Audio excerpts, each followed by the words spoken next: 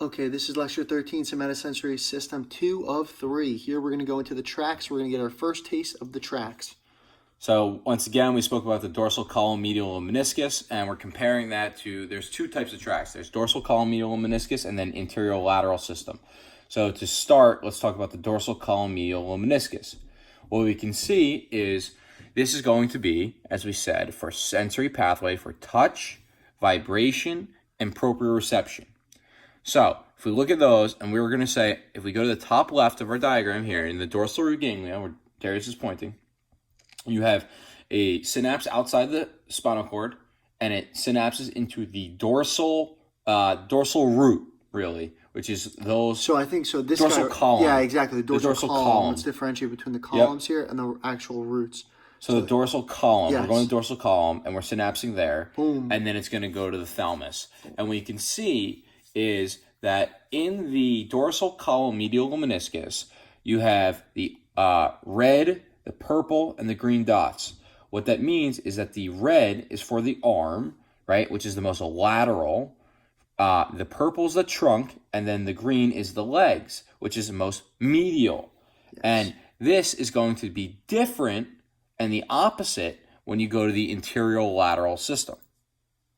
Yes, exactly. So when you go to the anterior lateral system, this is our other pathway. So for the first one, for the dorsal column medial meniscus, we have a synapse of the dorsal root ganglia.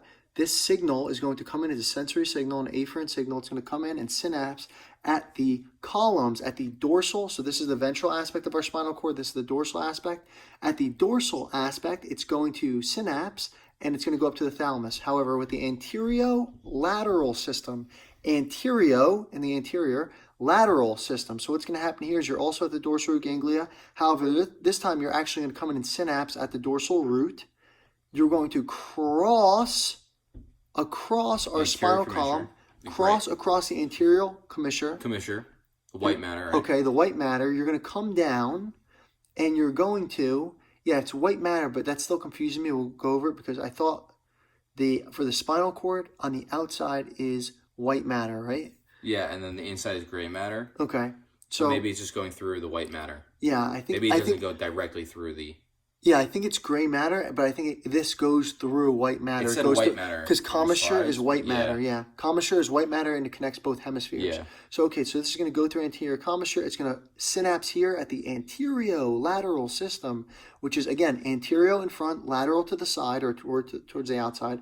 And like Jared said, it's going to be the opposite. So here you have red, purple, green from the arm, from the trunk, from the legs. The legs in this case is the most lateral towards the outside, whereas in the other system, it was the opposite. So that is what your picture looks like. Those are your two pathways, the dorsal column and the dorsal column medial meniscus and the anterior lateral system. And then we're going to discuss real quick Lissauer's tract. Lissauer's tract is very interesting because it's like a highway system, right?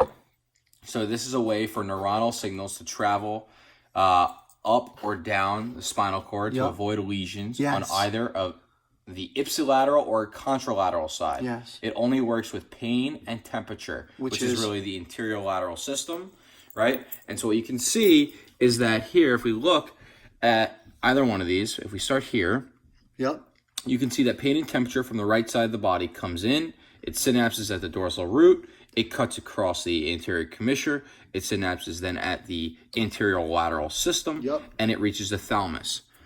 Right? Normally, that's the anterior lateral system. However, let's say there's an occlusion in one of these. Maybe say on the right side here, or the left side here, right? Let's say it's right here. Where is the occlusion? Either one. Doesn't matter. Here or here, whatever you want. So let's say we do it here. So either this half let's say this bottom guy, right? The bottom Okay. side, on this side, there's an occlusion. Perfect. So what happens is pain and temperature will come in, and then it says, hey, I can't get to this side till they go to the thalamus.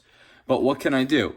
I can then ascend or descend, depending on where you are in the spinal column. It can go up to or down to.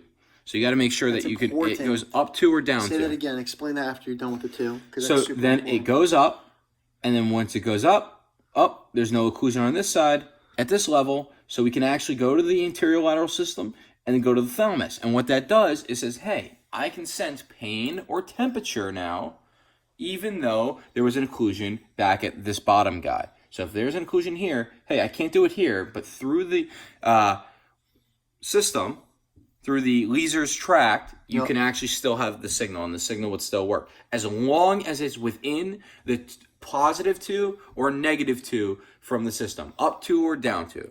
Exactly. If it's not within that system, then it's not able to work. Exactly.